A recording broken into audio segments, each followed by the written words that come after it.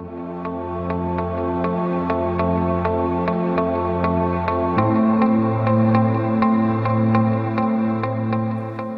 autre sujet qui est important est la mauvaise qualité de la circulation, de la voirie et peut-être aussi de la sécurité qui est sûrement moins bonne que l'on ne le dit.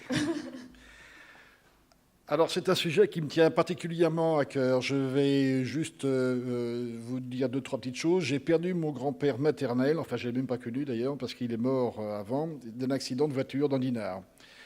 J'avais un commerce à Dinard, j'ai été cambriolé, j'ai été obligé de déposer le bilan. Ma propre maman avait un commerce à Dinard, les boutiques Lacoste, je ne sais pas si ça parle à beaucoup de gens. Elle a été pendant 32 ans, elle revendait ses chemises. Elle a été cambriolée 2 fois.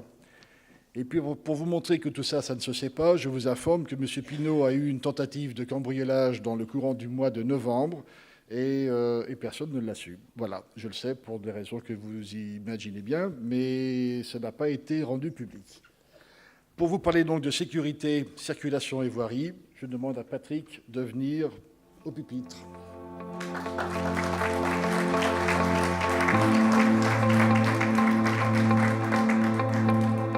Bonsoir à toutes et à tous. Je me présente rapidement. Je m'appelle Patrick Pinault. Je suis agent général d'assurance à Saint-Malo depuis une dizaine d'années.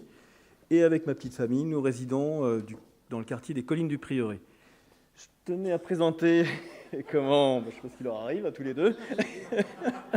Ils sont amoureux. Non.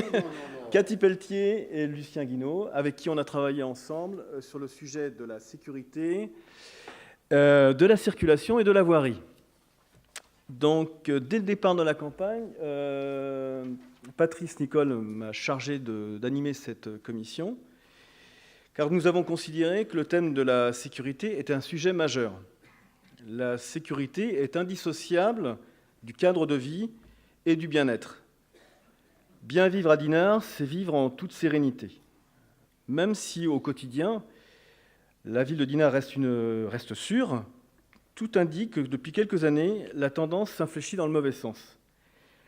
Nous n'aurons pas les chiffres officiels de la sécurité, mais le nombre des faits de dégradation volontaire, d'actes de vandalisme et d'incivilité reste préoccupant au dire des Dinardais que nous avons interrogés durant toute notre campagne. Un autre phénomène nouveau apparaît, c'est une forme de sentiment d'insécurité qui provient de l'isolement subi par la perte de son emploi, par le veuvage ou bien par le divorce.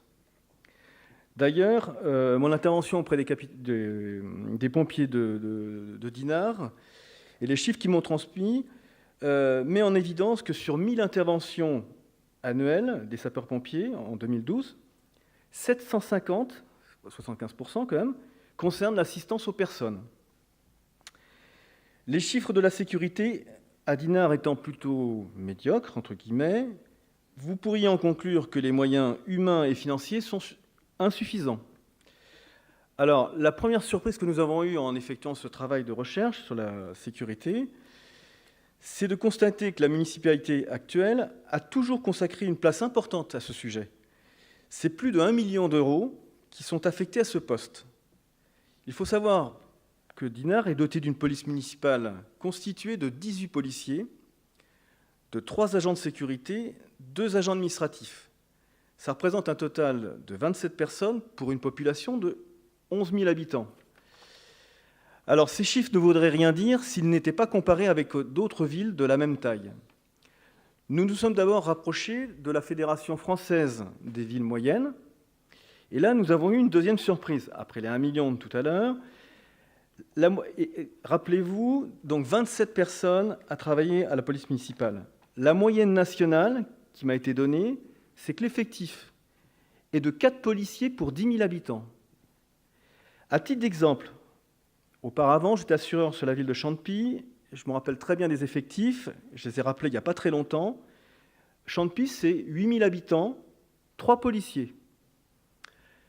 Une ville qui a à peu près la même démographie que Dinard, c'est la ville de Lamballe, qui n'est pas très loin d'ici, 11 000 habitants également. Je les ai appelés personnellement, c'est 6 policiers. Alors, on me dit, oui, mais il faut trouver une ville qui a à peu près les mêmes caractéristiques que la ville de Dinard. J'ai contacté la police municipale de La Baule, 17 000 habitants, 11 policiers. En conclusion, la ville de Dinard s'est dotée d'une police municipale 5 fois supérieure à la moyenne nationale. Et injustement, on peut le dire, les Dinardais payent 2 fois la facture de la sécurité, puisque donc l'impôt sur le revenu devrait servir uniquement qu'à ça, payer la police nationale, dont c'est la vocation, mais vous le payez une 2e fois, la sécurité, par vos impôts locaux. Alors nos solutions, elles sont, on va dire, relativement simples, et devraient permettre, sans alourdir les finances de la commune, d'améliorer la sécurité de notre ville. Bien entendu, il n'est pas du tout envisageable de réduire les effectifs de la police municipale à court terme. Donc notre priorité, c'est de revenir à une police plus proche des habitants.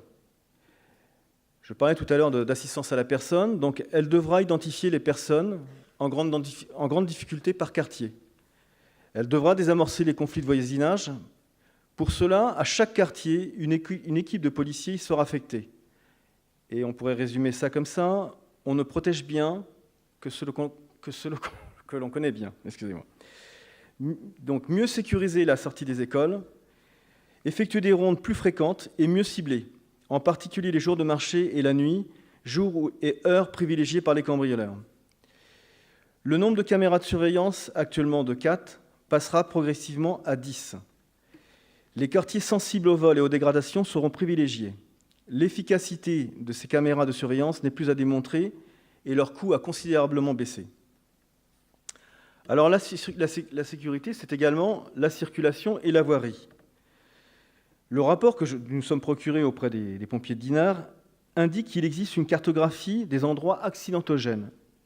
Et là, je trouve ça proprement scandaleux de savoir que depuis des années, cette carte existe. On sait exactement à quel endroit il y aura un accident dans l'année. Alors vous avez des petits cercles plus ou moins importants, vous disant là on aura deux blessés graves à tel endroit. Là les cercles sont un peu moins importants du côté du boulevard Féard, il y aura un blessé grave. Et puis dans le centre-ville, vous avez des petites zones où il y a des accidents récurrents. Aucune solution n'est apportée depuis des années pour arrêter ces phénomènes d'accidents.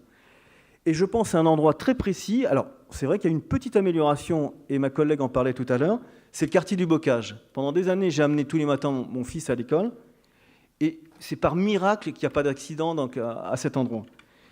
Donc ça, c'est un des points où nous sommes vigilants, c'est la sécurisation du collège du Bocage. Et je profite aussi de son temps de parole pour signaler qu'à chaque occasion de feu d'artifice à Dinard, donc les 2 feux d'artifice, vous avez un mouvement de population très important, des milliers de personnes qui empruntent la balade au clair de lune. Pour ceux qui ont fait le retour après le feu d'artifice, il n'y a aucune rambarde de sécurité et on se demande encore aujourd'hui comment il n'y a pas eu de blessés graves, de gens à chuter sur les rochers en contrebas. Alors nous repenserons également l'intégralité du dossier de la circulation et en particulier le plan de circulation, mais seulement après concertation avec les riverains et les intervenants s'y rapportant. Je pense aux services techniques. Une nouvelle signalétique plus fonctionnelle facilitera les déplacements et les horaires de livraison seront réglementés. Le stationnement à Dinard, en particulier en centre-ville, devient une priorité, s'ajoutant à notre volonté de revitaliser le centre-ville. Nous réaliserons un parking de 400 places sur l'esplanade Vernet, on en parlait tout à l'heure, avec au-dessus donc une galerie marchande. Les commerçants et les riverains bénéficieront de tarifs réduits tout au long de l'année. Bien entendu, ce projet devra intégrer la réalisation de pistes cyclables aux normes en vigueur. En ce qui concerne la voirie, de nombreuses rues de Dinard sont dans un état pitoyable. Il faudra une mandature entière pour remettre en état la voirie de Dinard. Nous réexaminerons également la question des ronds-points inutiles et coûteux réalisés dans la précipitation en 2013. Je résume. Pour la sécurité, c'est l'optimisation des moyens humains en place actuellement, le développement de la télésurveillance, pour la voirie, la mise en place d'un programme annuel de remise en état et de modernisation de l'éclairage public. Accorder une place importante à l'accessibilité des personnes à mobilité réduite et augmenter le nombre de pistes cyclables. Voilà, je vous remercie.